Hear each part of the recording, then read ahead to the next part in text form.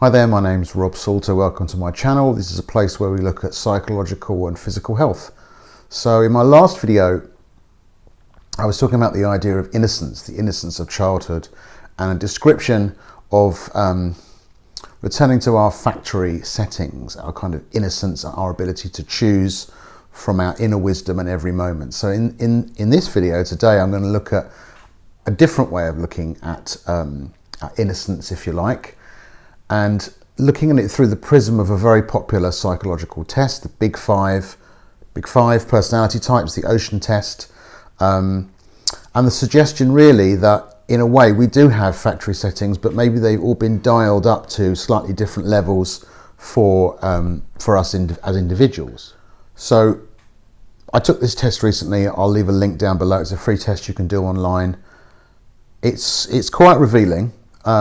And the history of the test is very simple. It kind of originated in the US in the 1930s, and it was used as the basis for various different psychological tests, personality tests rather, all of which have been accepted generally by the most number of people, by therapists, by business, by the military, as probably the best way of categorizing people, if you like, and looking at people's suitability for certain jobs.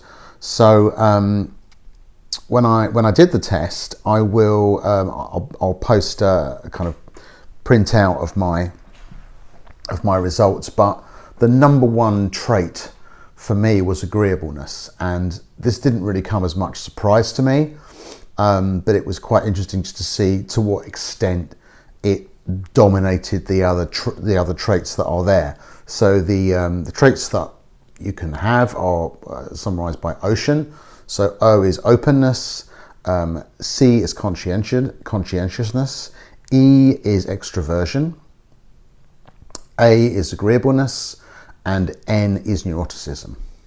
So for the purposes of this video, I'm just going to analyze my most dominant trait, and I'm going to talk about how it's basically been a blessing and a curse for me. And it'd be interesting, I think, if you have a go at this and see what your dominant trait is and ask yourself the same question.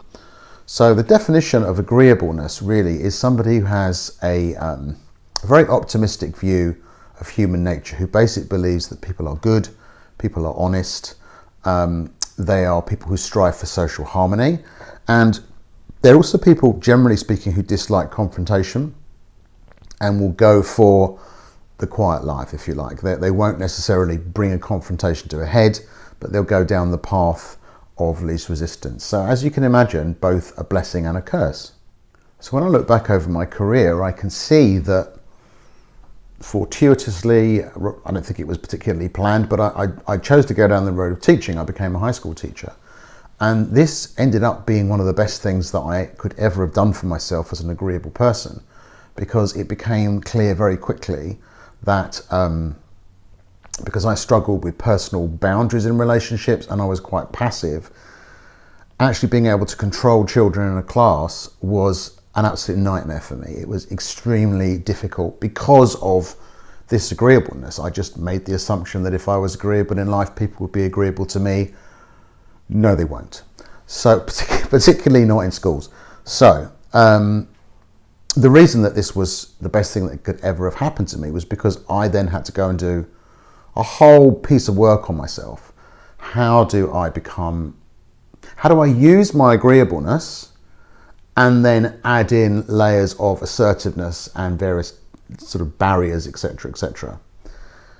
And the irony is that the work that I did on myself then became a large part of my future career. So I ended up actually training teachers, beginning teachers and more experienced teachers in how to manage behaviour in the classroom, because I'd found learning how to do that one of the most difficult things I'd ever done in my life. So it was a tremendous kind of personal development journey for me. I'm very glad that it happened. So this has made me reflect on the Big Five personality types, because I think it's it's tempting in a way to look at your printout or look at your score or look at your dominant personality traits and just think to yourself, well, that's just the way I am. There's nothing I can do about it. And if I'd have said that to myself, oh, I'm just agreeable, there's nothing I can do about it, I don't think I would have had any kind of success in my chosen field. And I know there are some people who do really struggle with these kinds of things. So really the point I'm trying to make in this video is very simple. You may think that your dominant personality traits are simply the way you are. However, with a certain amount of focused work and awareness, you can do an awful lot to mitigate